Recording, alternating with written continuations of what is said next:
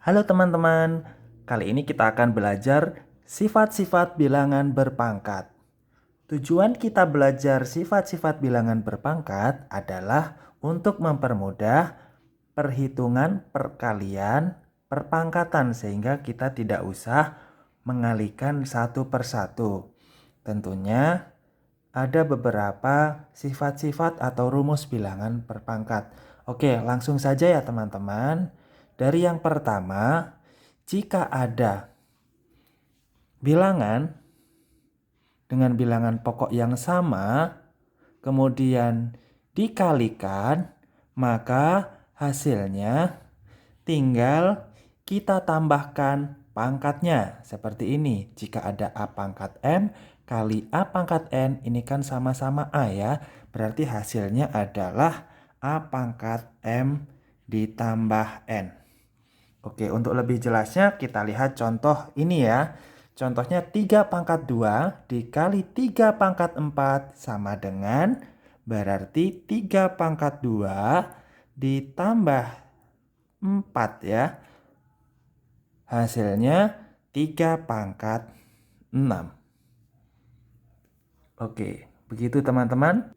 Itu sifat yang pertama ya. Yang kedua, jika ada bilangan berpangkat berbentuk pembagian dengan bilangan pokok yang sama. Jika A pangkat M dibagi A pangkat N, itu hasilnya adalah A pangkat M dikurangi N atau pangkat yang atas dikurangi pangkat yang bawah. Contohnya seperti ini. Jika ada 2 pangkat 5 dibagi 2 pangkat 2, maka hasilnya sama dengan 2 pangkat 5 dikurangi pangkat 2. Oke, hasilnya berarti mudah sekali. 2 pangkat 5 kurangi 2 yaitu 2 pangkat 3. Oke, berikutnya untuk sifat yang ketiga, itu jika ada pangkat dipangkatkan kembali. Perpangkatan kembali ini tidak hanya satu kali ya, bisa lebih dari satu kali. Oke, contohnya jika ada A pangkat M dipangkatkan N, maka hasilnya gimana? Maka teman-teman tinggal kalikan pangkatnya ya. Jadi A pangkat M kali pangkat N ya. Oke. Contohnya seperti ini. 3 pangkat 2 dipangkatkan 5. Jadi tidak usah menuliskan 3 pangkat 2 menjadi perkalian 5, jejer 5 gitu ya. Bisa kita hitung dengan sifat ini jadi 3 pangkat 2 kali 5. Berarti jadi 3 pangkat 10. Oke, seperti yang saya katakan tadi, pangkatnya bisa lebih dari satu kali ya. Contohnya ini 2 pangkat 3 dipangkatkan 4 dipangkatkan lagi 5. Nah, ini bisa dihitung, tinggal dikalikan saja pangkatnya. Berarti jadi 2 pangkat 3 kali 4 kali 5. Berarti menjadi 2 pangkat 3 kali 4, 12. 12 kali 5, 2 pangkat 60. Oke.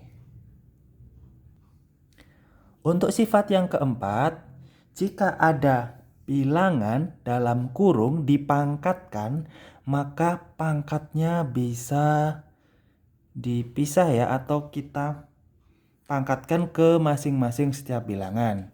Oke, seperti ini. Jika ada A kali B dalam kurung pangkat N, maka pangkatnya bisa kita berikan kepada setiap bilangan. Jadi A pangkat N kali B pangkat N. Jadi pangkatnya tinggal ditempelkan ke setiap bilangan ya.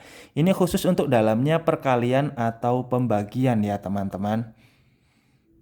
Kalau untuk penjumlahan tidak berlaku. Contohnya seperti ini. 2 kali 3 dipangkatkan 4, maka boleh kita pisah menjadi 2 pangkat 4 kali 3 pangkat 4. Dan itu berlaku sebaliknya seperti contoh poin B. 2 pangkat 3 dikali 5 pangkat 3, daripada kita menghitung satu persatu itu panjang, maka bisa kita satukan pangkatnya menjadi, karena ini pangkatnya sama ya teman-teman syaratnya. Jadi 2 kali 5 dipangkatkan 3. Nah, ini kalau kita lanjutkan kan 2 kali 5 itu mudah ya. 10 ya teman-teman, dipangkatkan 3. Nah, ini akan menjadi lebih mudah ya. 10 pangkat 3 itu 1000. Jadi perhitungan ini tujuannya untuk mempermudah kita dalam menghitung ya.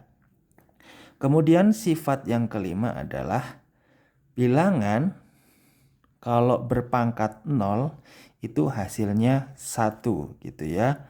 Contohnya misalnya 1234